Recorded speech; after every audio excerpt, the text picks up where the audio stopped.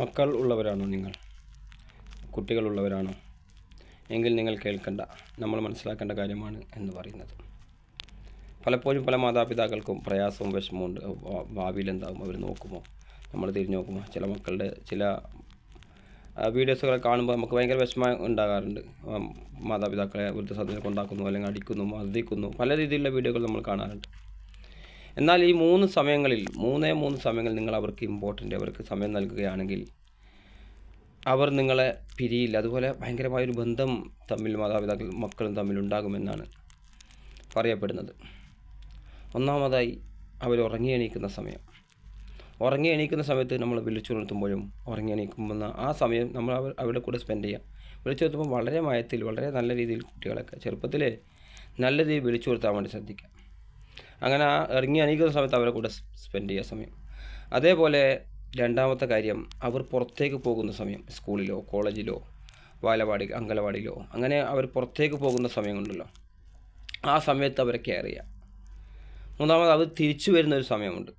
തിരിച്ചു വരുന്ന സമയത്തും നമ്മൾ അവരുടെ കൂടെ സമയം സ്പെൻഡ് ചെയ്യണം. ഒരുപാട് ആളുകൾ ഇന്ന് മാതാവും പണിക്കൊന്നു, പിതാവും പണിക്കൊന്നു, മക്കൾ ഏതെങ്കിലും സമയം അവർ ഇറങ്ങിപ്പോകുന്നു, അവർ ഒറ്റയ്ക്ക് പോകുന്നു, അല്ലെങ്കിൽ അവർ വരുന്ന സമയത്ത് തിരിച്ചു വരുമ്പോൾ മാതാവില്ല, പിതാവില്ല, അയൽപക്കത്തെ കാലോ അല്ലെങ്കിൽ അടുത്ത ബന്ധുക്കളോ ആയിരിക്കും ഉണ്ടാകുക.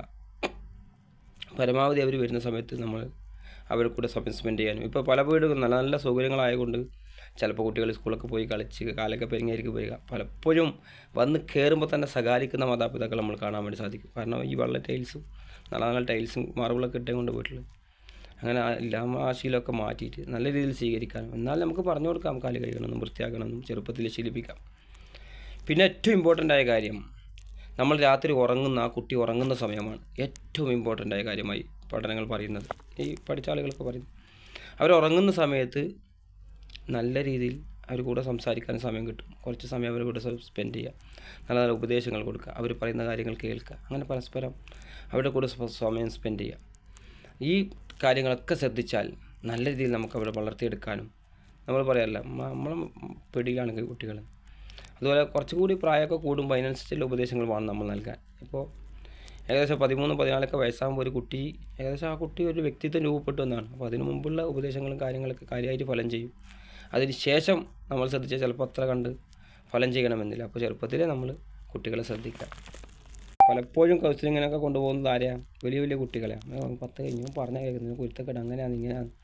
14 വർഷം 15 വർഷം നമ്മൾ നോക്കി നേരാക്കാൻ പറ്റാത്ത കുട്ടിയെ 2 മണിക്കൂർ കൗൺസിലിംഗ് ചെയ്തിട്ട് നേരാക്കാമെന്ന് പറഞ്ഞാൽ വല്ല കാര്യം നടക്കുമോ?